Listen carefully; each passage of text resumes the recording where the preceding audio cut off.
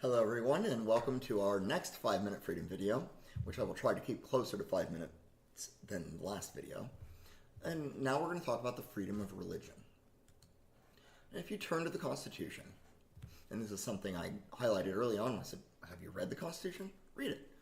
And it says, Congress shall make no law respecting an establishment of religion or prohibiting the free exercise thereof. And so there are two components here. The first is the Establishment Clause. You can't establish a formal state religion or a formal state church. You also, the second component is the Free Exercise Clause.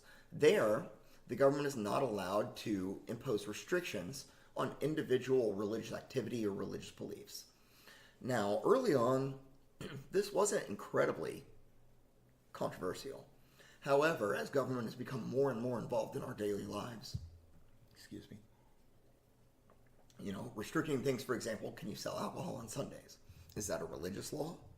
And so as government becomes more involved with daily life, this has become a bigger issue. So the Establishment Clause, first of all, it started out as a prohibition on official church of the United States, which everyone seemed to agree with. And many of the founders were what we call deists.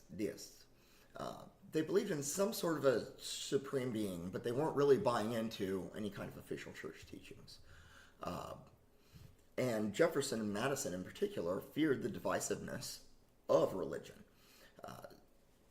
So they wanted basically not only freedom of religion for believers, but they wanted to have freedom from religion for non-believers. But over time, again, as the government became more active in our daily lives, this prohibition on the establishment of an official church became used by the Supreme Court to prevent things like government subsidies for churches, government funding of religious schools, government programs that favored one religion over another. And obviously in many of our current debates, you can see this happens.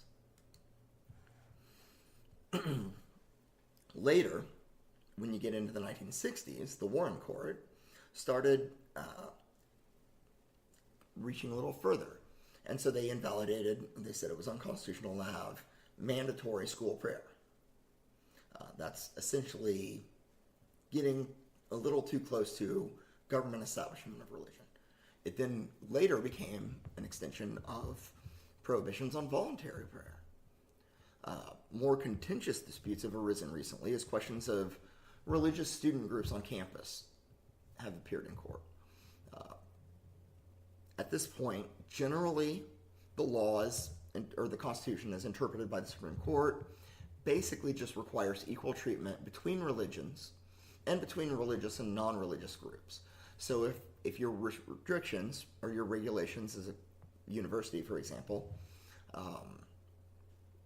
allow a student group to use public meeting space, you have to extend that right to religious groups, non-religious groups without bias, sort of a facially neutral rule.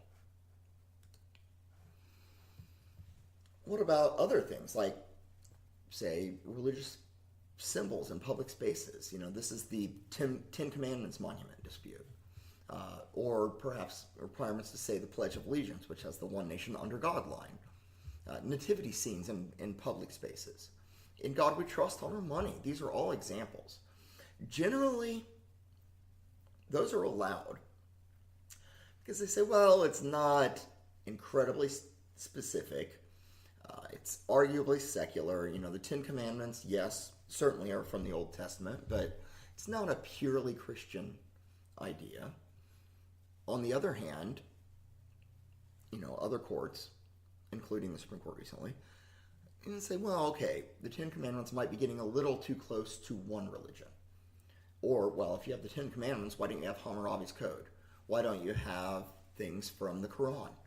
And so this is the tension. Similarly, as I mentioned, with federal funding to religious organizations, the federal government can give money to parochial schools, church-established hospitals. My healthcare provider is Methodist healthcare system. And we certainly have a lot of other religious affiliated hospitals, religiously affiliated charitable groups. And those dollars are generally allowed to come from the federal government to those institutions so long as the funding program isn't discriminatory against one religion or another, and it's for a secular purpose, like, treating cancer. And then finally, I want to touch on the Free Exercise Clause. And this was originally concerned with direct interference with minority religious rights. But it even today is still an issue. Fairly recently, the Supreme Court had a case that was dealing with the prohibition of black Muslims, Nation of Islam, receiving religious publications in prisons. No, you can't do that. Now it's a lot of times more focused on indirect or accidental restrictions. And here I have the peyote ban. So peyote is illegal. It's a controlled substance. But certain Native American tribes use it in religious ceremonies. So the question becomes, well, how does that fall into play?